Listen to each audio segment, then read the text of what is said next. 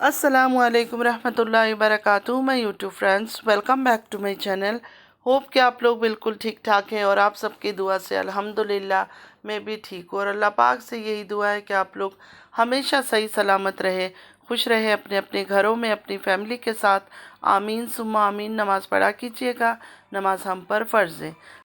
चलिए सबसे पहले पैलेस्तीन वालों के लिए दुआ की रिक्वेस्ट कर लेते हैं कि प्लीज़ प्लीज़ जो भी थोड़े बहुत लोग मुझे देखते हैं, सबसे रिक्वेस्ट है कि पैलेस्तीन को अपनी दुआओं में याद रखा करें और दूसरों से भी कहा करें कि उनके लिए दुआ करें, क्योंकि हमारी दुआओं की उनको बहुत ज़्यादा ज़रूरत है। चलिए स्टार्ट करते हैं आज का रिएक्शन। सबसे पहले तो आज बात करेंगे बड़ी बाजी के बारे में। अच्छा, बड़ी बाजी की और छोटी बाजी में दोनों में एक चीज़ बहुत कॉमन है, शॉपिंग करना, डेली के डेली शॉपिंग करना। हाँ, एक टाइम पे छोटी बाजी डेली जाती थी, अब नहीं जाती है। अब वो बहुत कम जाती है, घर के अंदर ही उनकी ब्लॉगिंग होती है। मतलब उनकी ब्लॉगिंग में आजकल इतना ज़्यादा कुछ ख़ास नेगेटिविटी मुझे नहीं दिखती है। हकीकत में अगर आप लोग को दिखता है मुझे ज़रूर बताएं। मुझे ऐसा कुछ नज़र नहीं आया, या तो मैं ज़्यादा देखती नहीं हूँ शायद, इसलिए मुझे नहीं पता चलता है, नहीं पता मुझे। लेकिन मुझे कुछ ख़ास बुरा नहीं दिखता है, मतलब अच्छा लगता है। तो छोटी बाजी ने थोड़ा ये सब चीज़ों को कम कर दिया है, मतलब डेली शॉपिंग करना, सामान ख़रीदना, ये सब चीज़ें कम कर दिए। जाती है ये भी, ऐसा नहीं कि नहीं जाती है, लेकिन पहले की निस्बत बहुत कम है। उस जगह भी बड़ी बाजी ने वो रोल अदा कर रही है, डेली अपने किसान को लेकर। जो 30% प्लस किसान है उनका, उस किसान को लेकर डेली घुसी होती है किसी ना किसी शॉप के अंदर। कभी बच्चों की स्टेशनरी लेना है, कभी बच्चों के कपड़े लेना है, कभी अपने कपड़े लेना है, कभी अपने अबाए लेना है। डेली डेली डेली, मतलब बोर भी नहीं होती है। आप में से कितने लोग हैं जो अपने हस्बैंड को लेकर डेली दुकानों के अंदर जाते हैं, डेली मार्केट में जाते हैं, डेली मॉल्स में जाते हैं? मुझे ज़रा कमेंट में ज़रूर बताइएगा। अब इसका राज मैं बताती हूँ कि ये डेली क्यों जाती है। देखिए, इनका हक बनता है। इस पैसे को कमाने के लिए इन्होंने अपनी इज्जत की धज्जियाँ उड़ाई। बड़ी बाजी ने अपने शौहर को 30% का टैग लगवाया, अपनी जवान बच्चियों को गंदा किया। उनके बारे में क्या नहीं कहा लोगों ने। अगर लोगों ने कहा है तो रीज़न कौन बना, किस वजह से कहा? क्योंकि माँ ऐसी बातें लेकर आई थी जो किसी को यकीन ही नहीं था कि ऐसा कुछ हुआ है, क्योंकि कोई ठोस सबूत भी वो नहीं दिखा सकी है। ठीक है, तो इतनी मेहनत, इसको सही मेहनत कहते हैं, मतलब बेशरम बेगैरती वाला मेहनत इन्होंने किया, करके पैसे कमाया, फंड लिए लोगों से भर भर के। क्योंकि रो रो कर आ जाती थी कि शौहर मेरा ख्याल नहीं करता है, शौहर मुझे खाना नहीं देता है, शौहर मुझे पीना नहीं देता है, मेरे बच्चों को मारता है, मेरे बच्चों के पास खाने की रोटी नहीं होती। इस तरह की बातें वो सुनाती थी।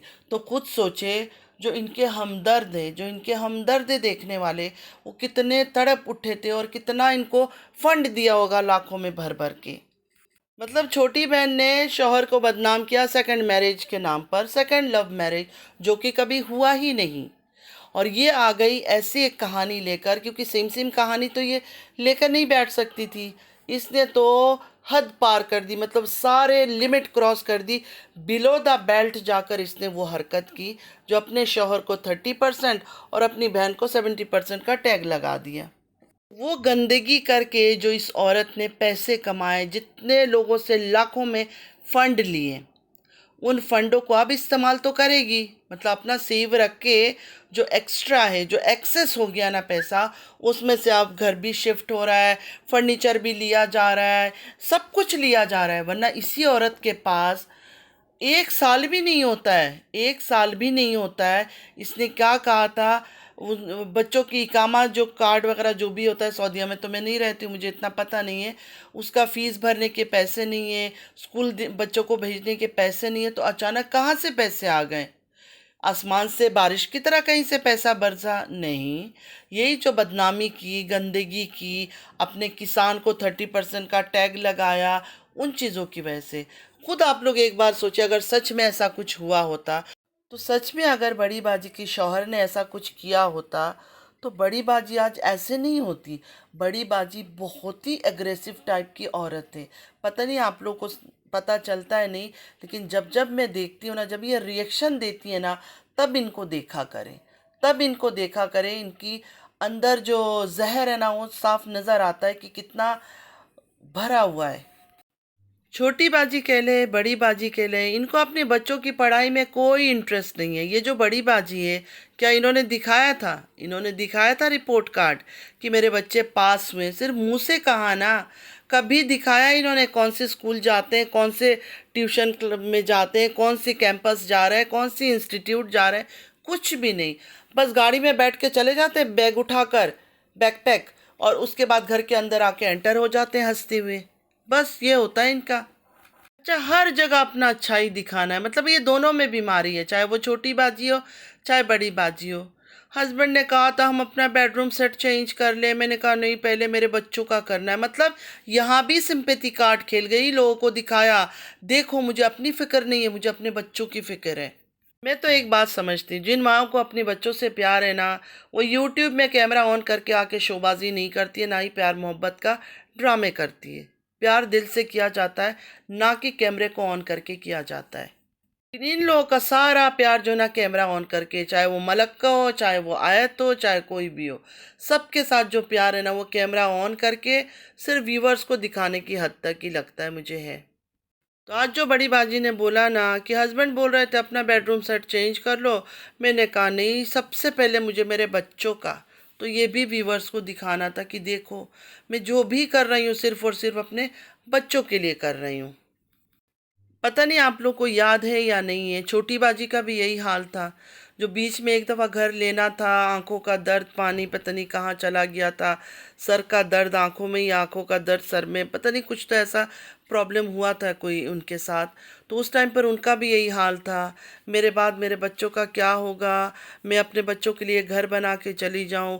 अभी माशाल्लाह माशाल्लाह घर क्या, ज़मीन क्या, चार चार पांच पांच घर सामने आ रहा है। अल्हम्दुलिल्लाह ले आए आप लोग, एक नहीं 10 घर ले, लेकिन मैं ये कह रही हूँ इतना झूठ इतना मक्कारी क्यों?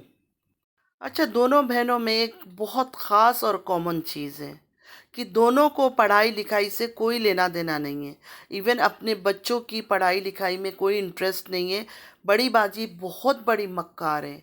वो सिर्फ़ और सिर्फ यूट्यूब फैमिली को दिखाने के लिए बार बार मुझे मेरे बच्चों को पढ़ाई करवाना है, मेरे बच्चों के लिए मैं परेशान हूँ, मैं बड़ी फ़िक्रमंद हूँ, रोने वाली शक्लें, सिर्फ़ और सिर्फ यूट्यूब वालों को दिखाने के लिए, जो व्यूअर्स से उनको दिखाने के लिए, उनसे सिंपैथी लेने के लिए कि देखो कितनी अच्छी माँ है, बच्चों की पढ़ाई के लिए इतनी परेशान है। हालांकि अंदर से 1% भी कोई परेशानी नहीं है पढ़ाई वढ़ाई का। मुझे एक बात बिल्कुल समझ नहीं आया कि बड़ी बाजी ने तमन्ना को यहाँ क्यों भेजा था पाकिस्तान में छोटी बाजी के पास। क्या सच में यहाँ स्कूल जाती थी? 1 साल से जब से हम देख रहे हैं, या 2 साल से मेरी फ्रेंड उनको देख रही है, वो कहती है 2 साल में भी कभी हमने छोटी बाजी के ब्लॉग में ये नहीं सुना कि तमन्ना को ट्यूशन जाना है या तमन्ना कहीं पढ़ाई कर रही। क्या तमन्ना की एजुकेशन ग्रेजुएशन सब कंप्लीट हो गई थी इनके पास रहते हुए? फिर अभी वहाँ क्या पढ़ रही है? और अगर यहाँ पढ़ ही नहीं रही थी तो यहाँ क्यों छोड़ा हुआ था उसको? ये बात भी समझ नहीं आई। अच्छा, दोनों बहनों का हम लोग क्या देखते हैं, गाड़ी में बैठे बैकपैक लेकर, फिर वापस आ गए, फिर चले गए, फिर वापस आ गए, फिर चले, सिर्फ ये देखते हैं। छोटी बाजी का मैं समझ सकती हूँ क्योंकि इंडिया पाकिस्तान में जो है ना, मतलब सेफ्टी का बहुत ख्याल रखना चाहिए। लेकिन जहाँ बड़ी बाजी रहती है वहाँ ऐसा कोई ख़तरा नहीं है। मतलब ये जो अरब कंट्रीज़ है इनमें इन चीज़ों का कोई ख़तरा नहीं है, कोई हिम्मत कर ही नहीं सकता कुछ करने की। मतलब यहाँ अगर हम अपने बच्चों का स्कूल भी दिखा दें या कोई इंस्टीट्यूट हो गया, कैंपस, मतलब जहाँ भी वो पढ़ने जाते हैं, दिखा भी दे, फिर भी कोई कुछ नहीं कर सकता। इन मामलों में ये कंट्रीज़ जो है ना, अरब कंट्रीज़ ख़ास करके, बहुत ही यहाँ सेफ्टी और सिक्योरिटी है। चलो उनका दिल नहीं है, नहीं दिखाते हैं कि स्कूल नहीं दिखाते हैं, इंस्टीट्यूट नहीं दिखाते हैं, कैंपस नहीं दिखाते, कुछ भी नहीं दिखाते। चलो ठीक है, उनकी मर्ज़ी है, इसमें हम कुछ नहीं कह सकते। लेकिन जो बड़ी बाजी ने बोला था मेरे बच्चे बड़े अच्छे अच्छे नंबरों से पास हो गए हैं, ये हो गए, एक ड्रामा किया था, तो वो किस चीज़ में पास हुए, किस चीज़ का एग्ज़ाम दिया, कहाँ से दिया? क्योंकि ऐसे टाइम तो कहीं भी, मतलब मैंने सुना एग्ज़ाम नहीं हो रहा था या कोई ऐसा चक्कर नहीं था, लेकिन इन्होंने एग्ज़ाम दिला भी दिया, रिज़ल्ट भी आउट हो गई। तो मैंने बोला था कि ज़रा बताना कि कोई बच्चा अगर पढ़ाई में पीछे है या रुक गया, किसी का फाइनेंशियल इश्यूज़ की वजह से बच्चों को नहीं पढ़ा सकें, तो उस आपकी तरह फिर किसी टाइम पे भी जाके बच्चों का एग्ज़ाम दिला देंगे वो भी, और पास करवा लेंगे। इतना मैं समझ गई हूँ कि इनको देखकर इन पर भरोसा करने वाला और इनकी बातों पर यकीन करने वाला वो इंसान खुद बहुत बड़ा अहमक और बेवकूफ़ है, क्योंकि ये झूठ के अलावा सच कभी नहीं बोल सकते। ये डॉलर के भूखे नंगे सिर्फ़ और सिर्फ झूठ ही बोल सकते हैं। उन लोगों के साथ ये झूठ बोलते हैं जिन लोगों ने इनको पैसे दिए। हकीकत में जो व्यूअर्स इनको देखते हैं उसी की वजह से तो ये पैसे कमा रहे हैं। डॉलर व्यूअर्स व्यूज़ देते हैं तब जाकर डॉलर बनता है। तो ये व्यूअर्स से ही धोखा करते हैं, और व्यूअर्स ये देखकर भी आंख बंद, जैसे कानून की आंख में पट्टी है, व्यूअर्स ने भी उसी तरह का पट्टी डाल रखा है आंखों में। बड़ी बाजी का चाल ढाल और हाल देखकर साफ पता चल रहा है कि इन्होंने वो जेट की कहानी लाकर, जो रोनी शक्ल बनाकर बैठ जाती थी और बातें करती थी, कभी स्टोन में पेन हो रहा है, कभी किडनी में स्टोन, कभी स्टोन में किडनी, पता नहीं क्या क्या बोलती थी, कभी पाँव में रॉड, ये सब कह कह के लोगों से अच्छे खासे फंड्स लिए। सबसे ज़्यादा तो फंड्स इनको उस वक्त मिला होगा जब ये कहती थी कि मेरा शौहर मेरे बच्चों को खाना नहीं देता है, मेरे बच्चे भूखे रहते हैं, उसको परवाह ही नहीं है कि खा रहे हैं नहीं खा रहे हैं। ये सब बातें करती थी या नहीं करती थी? तो उस टाइम पे इनको सही मानों में जो अच्छे खासे फंड्स मिले, और अब भी मिलते होंगे, क्योंकि लोग पता नहीं अजीब व गरीब है, जहाँ ज़रूरत है वहाँ देंगे नहीं। जिनके पास है साफ पता चल रहा है कि नाटकबाज ड्रामेबाज लोग हैं, इनको दिए जा रहे हैं। फंड लेने का शौक सिर्फ इनको नहीं है, सबको है। नैन ने भी लिया, बाकी सब ने, मतलब कोई ऐसा नहीं है इनकी फैमिली में जिसने फंड ना लिया हो। सारे ऑफ कैमरा एक है, किसी की कोई लड़ाई नहीं है, किसी के कोई दुश्मनी नहीं है। सब कुछ प्लानिंग के हिसाब से कर रहे हैं और लोगों को बस उल्लू बनाए जा रहे हैं और लोग उल्लू हो बन रहे हैं।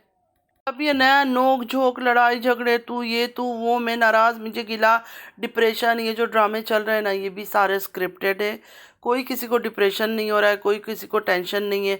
ये जानबूझ के प्लान करके तू ऐसे बोलना, मैं आके ये बोलूँगा, फिर मैं ऐसे करूँगा, फिर वो करूँगा। ये सिर्फ और सिर्फ लोगों को भूल भुलैया में घुमाने के चक्कर है बस। तो फ्रेंड्स, आज के लिए बस इतना ही। आई होप कि आज का वीडियो आप लोग को अच्छा लगा होगा। अगर अच्छा लगा है तो लाइक सब्सक्राइब शेयर ज़रूर कीजिएगा। नमाज़ पढ़ा कीजिएगा, नमाज हम पर फ़र्ज़ है, दूसरों को भी नमाज के लिए कहा कीजिएगा, और फ़लस्तीन को अपनी दुआओं में ज़रूर याद रखिएगा। चलती हूँ, दुआओं में याद रखिएगा। ज़िंदगी रही फिर मुलाकात होगी। अल्लाह हाफिज़।